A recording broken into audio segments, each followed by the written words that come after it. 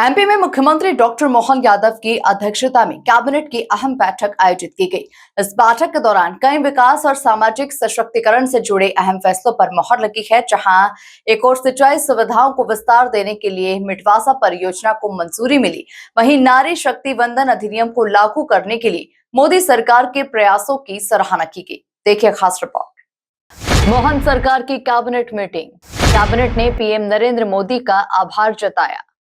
नारी शक्ति वंदन अधिनियम के लिए जताया आभार। मोहन कैबिनेट में कई अहम योजनाओं पर मुहर। चिकित्सा महाविद्यालयों के लिए 1674 करोड़ मंजूर। मिडवासा सिंचाई परियोजना के लिए 286.26 करोड़ की स्वीकृति। कैबिनेट की बैठक के बाद प्रदेश के स्वास्थ्य राज्य मंत्री नरेंद्र शिवाजी पटेल ने मीडिया को फैसलों की जानकारी दी।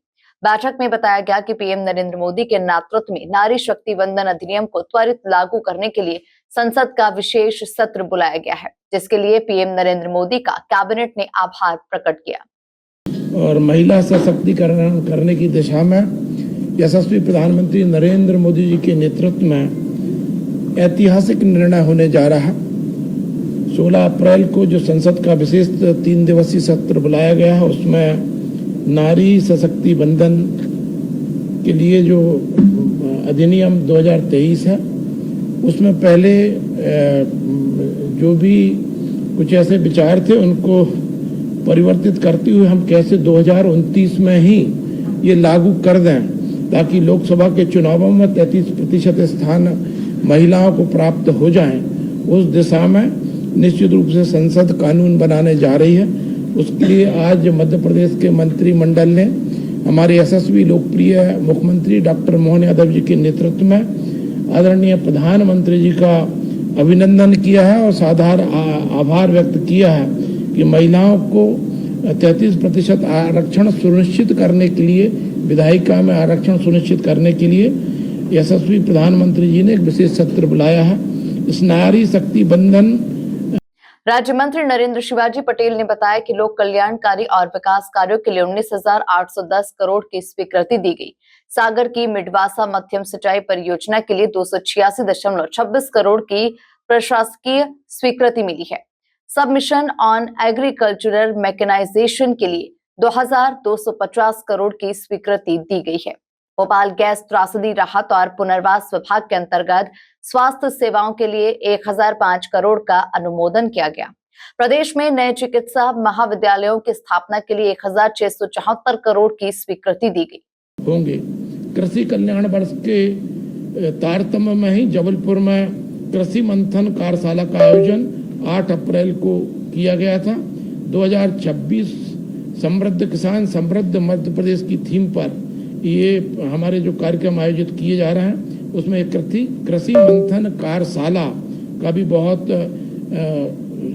कह सकते हैं कि लाभकारी एक चिंतन मनन हुआ, जिससे हम अपने किसानों को उनके व्यवसाय को लाभकारी कैसे बना सकते हैं, इसकी दिशा में चिंतन मनन हुआ। और खेत से कारखानों तक उत्पादकों की पहुंच सुगम बने, कम पानी में उत्पादन बढ़े, आर्टिफिशियल इंटेलिजेंस का उपयोग भी कृषि में हो, इस तरह के विषयों पर इस कृषि मंथन में विचार विमर्श हुआ है।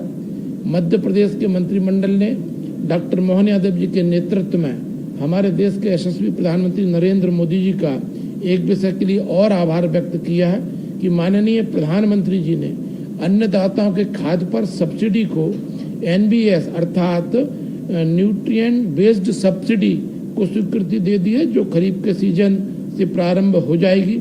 फास्फेट। इसी के साथ पंचायत और ग्रामीण विकास योजनाओं के लिए 3,553.35 करोड़ की स्वीकृति दी गई। बेटी बचाओ बेटी पढ़ाओ योजना, वन स्टॉप सेंटर योजना और महिला हेल्पलाइन 181 योजना के संचालन के लिए 240.42 करोड़ स्वीकृत किए गए। 8 नए वन स्टॉप सेंटर चलाने की स्वीकृति दी गई। लोक निर्माण के तहत विकास कार्यों के लिए 10,801 करोड़ रुपए स्वीकृत किए गए हैं।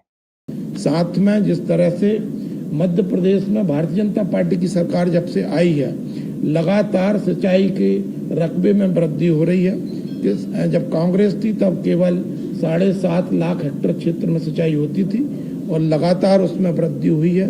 50 लाख हेक्टेयर के लगभग हमारे पूर्व की सरकार ने कर दिया था, और जब से डॉक्टर मोहन यादव जी ने कार्यभार संभाला है तब से लगातार नई नई सिंचाई परियोजनाएं बनाई जा रही हैं। आज भी मंत्रिमंडल ने मिडवासा मध्यम सिंचाई परियोजना सागर जिले के लिए 286 करोड़ रुपए की योजना स्वीकृत की है, जिसमें लगभग 7,200 हेक्टेयर क्षेत्र में सिंचाई का रकबा सागर जिले में वृद्धि होगी, और इससे 3 विधानसभाओं को जो निवासरत हमारे किसान बंधु हैं वो लाभान्वित। कुल मिलाकर देखा जाए तो एमपी में मुख्यमंत्री डॉक्टर मोहन यादव की अध्यक्षता में कैबिनेट की अहम बैठक आयोजित की गई। बैठक के दौरान कई विकास और सामाजिक सशक्तिकरण से जुड़े अहम फैसलों पर मुहर लगी है। Bureau report, MP news, Bhopal.